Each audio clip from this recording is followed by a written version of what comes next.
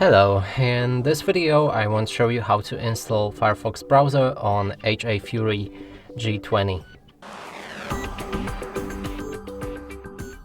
And to do this we'll need to open our Google Play Store. Here, find the Firefox.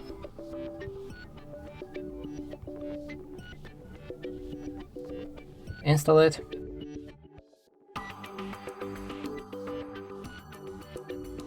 When it's ready, click on the open. Here we can set it as a default browser, then sign in to turn on synchronization. I'm gonna skip it.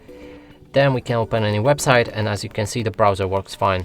And that's it for this video. Hope you like it. Please consider subscribing to our channel, leave a like and a comment below.